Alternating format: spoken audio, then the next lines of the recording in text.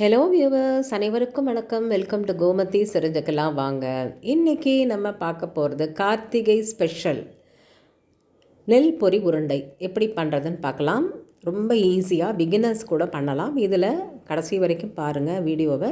அந்த மெஷர்மெண்ட் பிரகாரம் பண்ணினீங்கன்னா சூப்பராக ஏமாற்றாமல் ரொம்பவே நல்லா வரும். வாங்க எப்படி பண்ணுறதுன்னு பார்க்கலாம். நான் நெல் பொரி வாங்கி வச்சுருக்கேன். இது நம்ம மெஷர்மெண்ட்டு தான் இம்பார்ட்டண்ட்டு. நீங்கள் எந்த கப்பில் வேணால் அளந்துக்கலாம். 4 கப்பு கரெக்டாக 4 கப்பு அளக்கலாம். அப்போ தான் சரியாக வரும். 1 2 3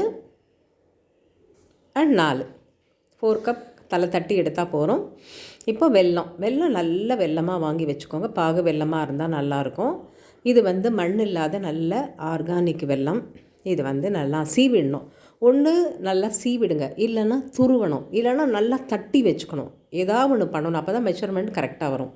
இப்போ அதே கப்பில் நம்ம இந்த துருவின வெல்லத்தை ரொம்ப அமுத்தியெல்லாம் போட வேண்டாம், சாதாரணமாக எடுங்க. அப்போ தான் அது உள்ளுக்குள்ளே அதை நல்லா தட்டி எடுக்கும் பொழுது தான் நம்மளுக்கு அளவு சரியாக இருக்கும். பெரிய பெரிய பீஸாக இருந்தால் அளவு மாறிடும். 2 டேபிள் ஸ்பூன் அளவுக்கு தான் தண்ணி ஊற்றணும். ஜஸ்ட் கொஞ்சம் தண்ணி. இப்போ அடுப்பில் வச்சு நம்ம குக் பண்ண ஆரம்பிச்சிடலாம். இப்போ இந்த வெல்லம் நல்லா கரையணும். இப்போ மண் உள்ள வெல்லமாக இருந்ததுன்னா நீங்கள் கண்டிப்பாக அதை ஃபில்டர் பண்ணி எடுக்கணும். இதை நான் ஃபில்டர் பண்ண போகிறதில்ல, ஏன்னா நல்ல வெல்லம், இது ஆர்கானிக் வெல்லம்.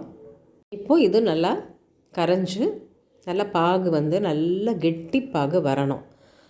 அடுப்பை மீடியமில் வச்சுக்கோங்க. ரொம்ப பெருசும் வேண்டாம், லோவும் வேண்டாம், மீடியம்லேயே வச்சுட்டு நல்லா கிளறி விட்டுக்கிட்டே இருங்க.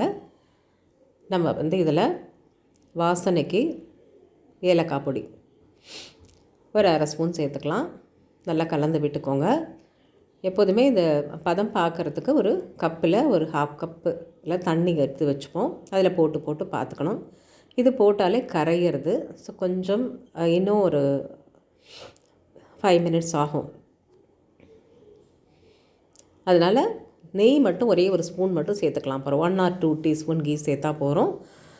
இது கலந்து விட்டுக்கிட்டே இருங்க. இப்போது ஒரு தரம் செக் பண்ணுவோம். இப்போ செக் பண்ணினா நம்மளுக்கு இந்த தக்காளி அந்த பதம் தான் வந்திருக்கு. ஸோ இன்னும் போகணும்.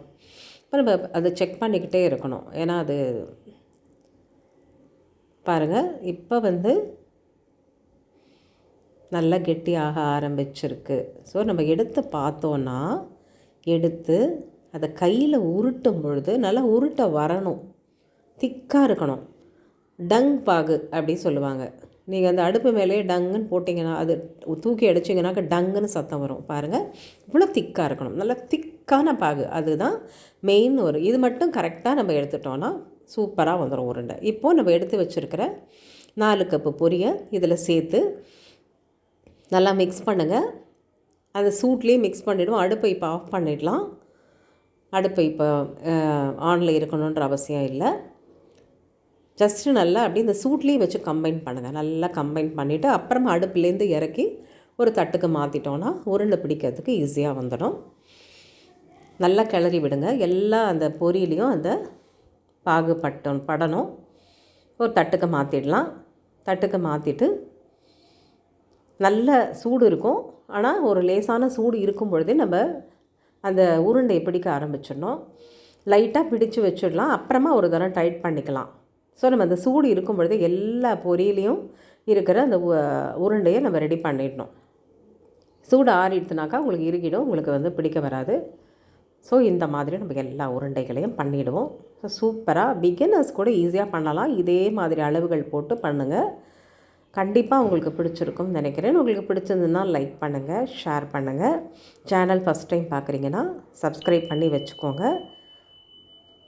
உங்களுக்கு எல்லாருக்கும் ரொம்ப பிடிச்சிருக்கும்னு நினைக்கிறேன். ட்ரை பண்ணி பார்த்துட்டு கமெண்ட் பண்ணுங்கள். அனைவருக்கும் கார்த்திகை தீபத் திருநாள் நல்வாழ்த்துக்கள்.